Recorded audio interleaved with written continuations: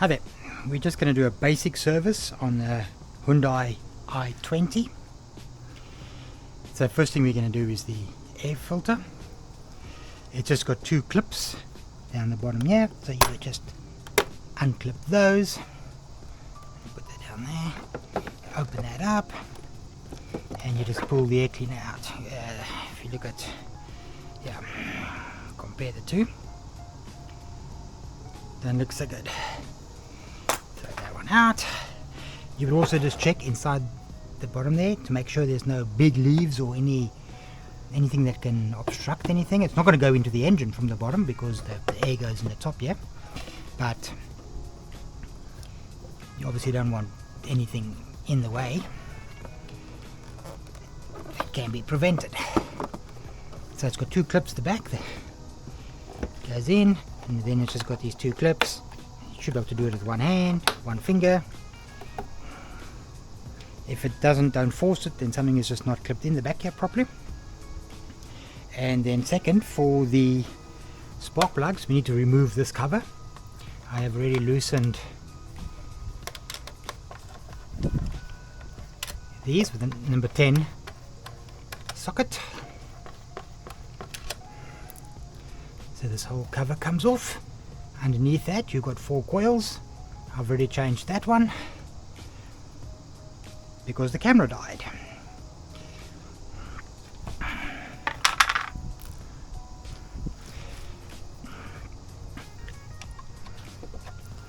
Also, these are also number 10s.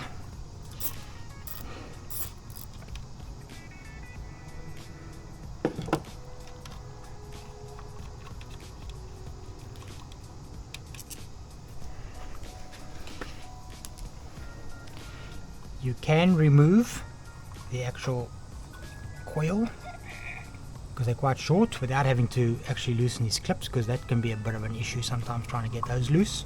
So it's best not to mess with them. And you would take your spark plug spanner. It's got a little rubber inside there that grips the actual spark plug itself. Don't use any power tools. This is best done by hand. Somebody has not lubricated these, they really do not want to come out. And they're probably a little bit carboned up, because that does happen. Is at the end of the spark plug gets a bit of carbon on it, and then it obviously has to go through all the threads. But because the head is aluminium, it's better to lubricate.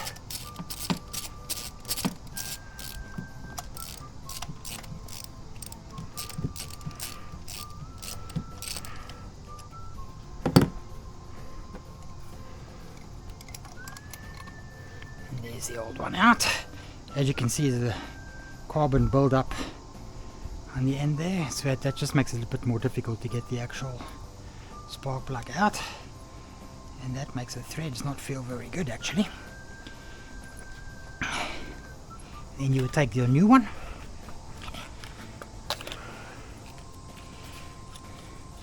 they do come with this little protective collar on them,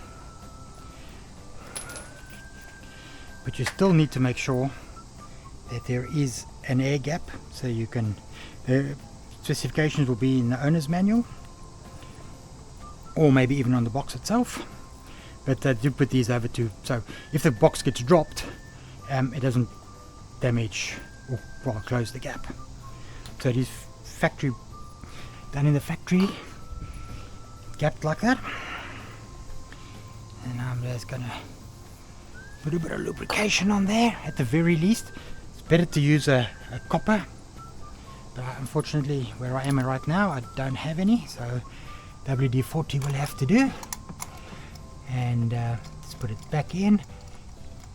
Once again, don't use power tools. This is, if it doesn't go in by hand, then something is wrong.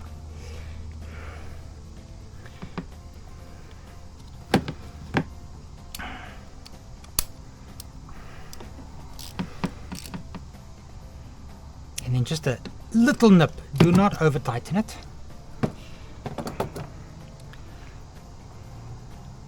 And and gently put the coil back in again.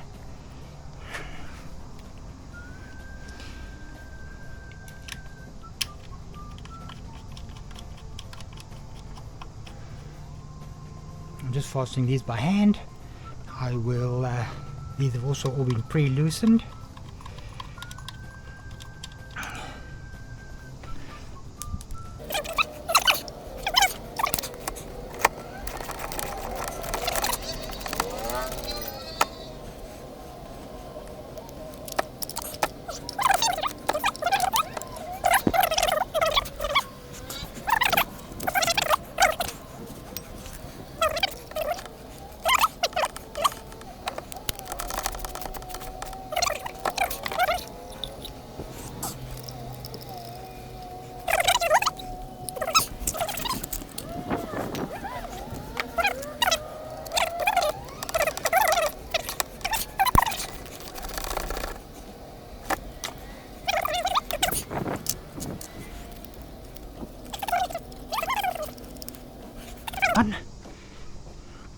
So now we'll just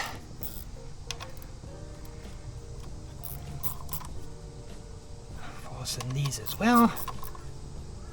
Don't overdo it. There we go. Then we will replace the cover.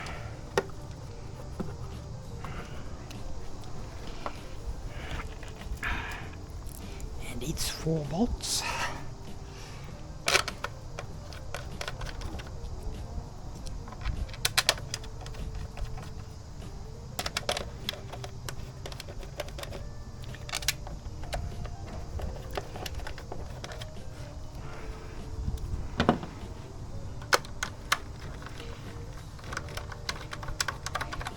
Now what I like to do is do this when the engine is cold.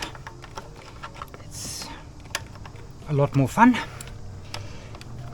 because you're not burning yourself all the time. But when it comes to the oil change, it's better to have the car warm.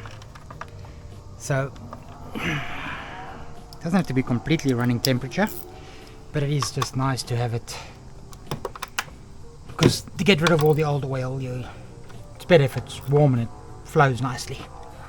So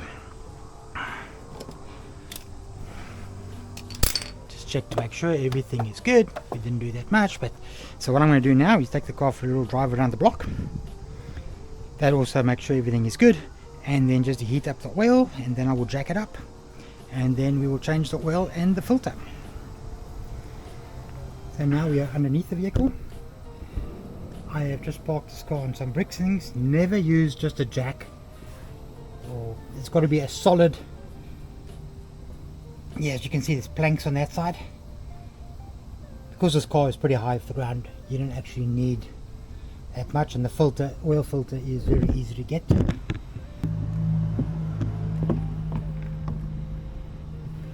The oil filter sits just up there, and I'm actually able to loosen this one by hand, so it's really not much of a problem.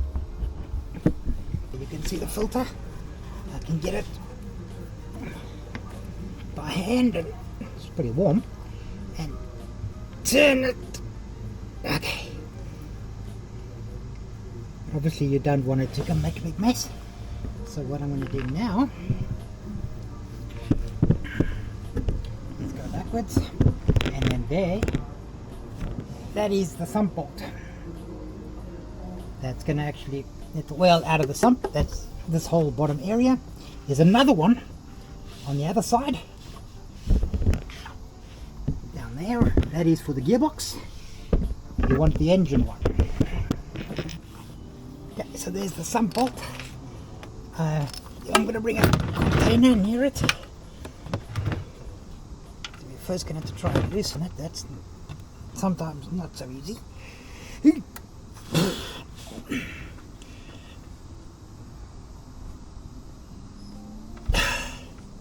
Alright.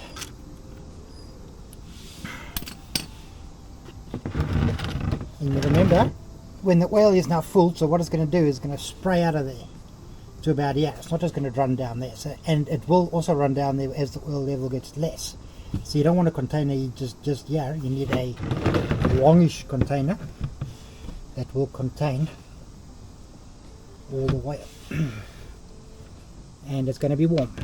and try not to drop the actual plug in the oil.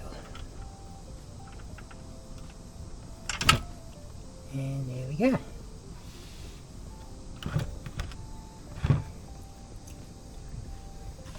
And we still have the plug. Now the plug's got a washer on it. Ideally you want to replace that washer.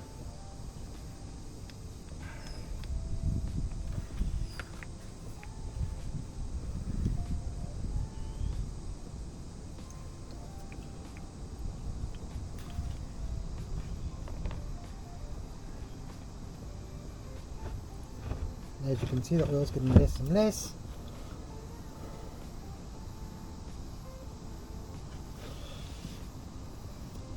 And because the oil filter also sits above that, I can actually loosen that, and then let that also drain into the same container.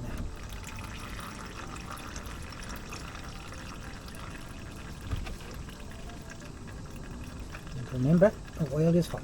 Well, depending on how far you've driven.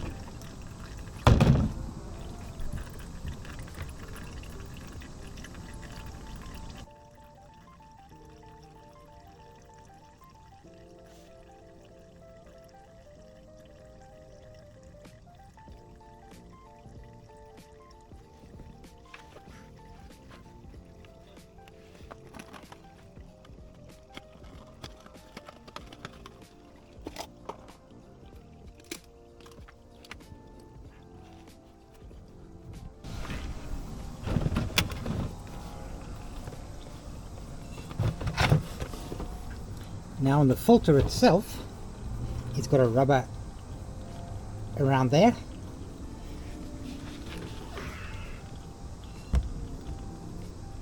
And you need to make 100% sure that on top where the actual oil filter is, where it came from, the rubber is not still stuck there.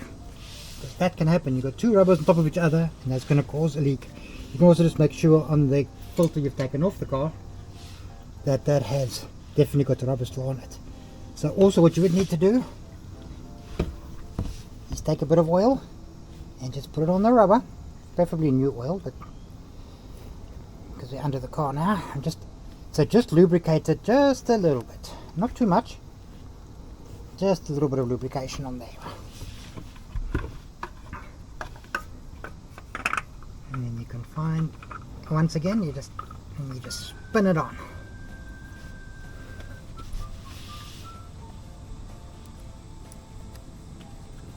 Doesn't have to be absolutely tight, but just gotta be able to do it by hand.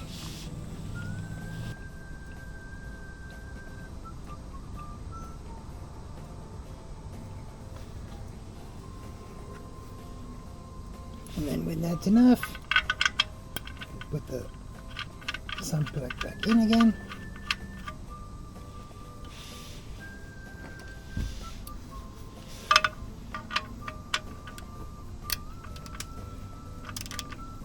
Once again, don't overdo it. Just okay. Now we're back on top. There's your dipstick.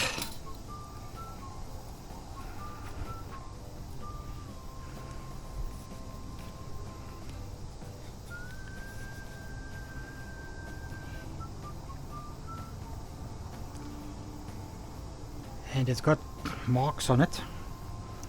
Try and get this into the sun and into, so there's the full and there's the low, but remember this full and low and those little nodges there is warm oil when it's hot. So we're just going to drop that in there, or actually leave it out, doesn't really matter for this one. And then here is the cap by the spark plugs, where you're going to pour the oil into. It's also good to have a look at the cap when you take it off. If there's all sorts of gunk and build up on here, you know the engine isn't very good. This one's done 150,000 kilometers and it's still in very good condition. And ideally you would need a funnel.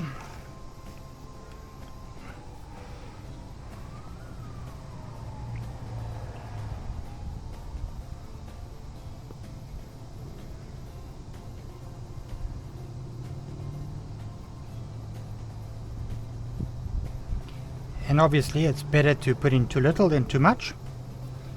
I will put on the screen now exactly how much oil its I20 is supposed to take.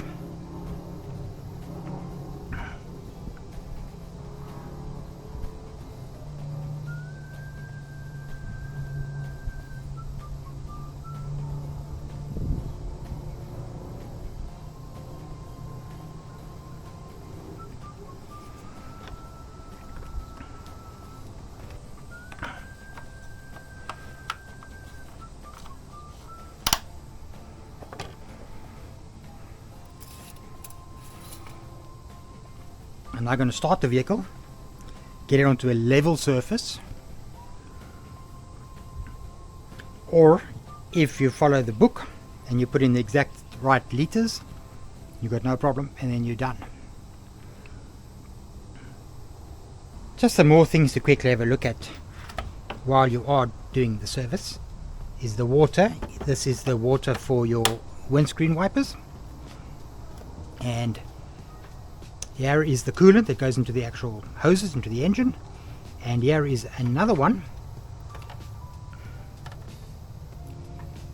with the red coolant. I'm not sure if you can be able to see that on camera, but it's got a full and a low mark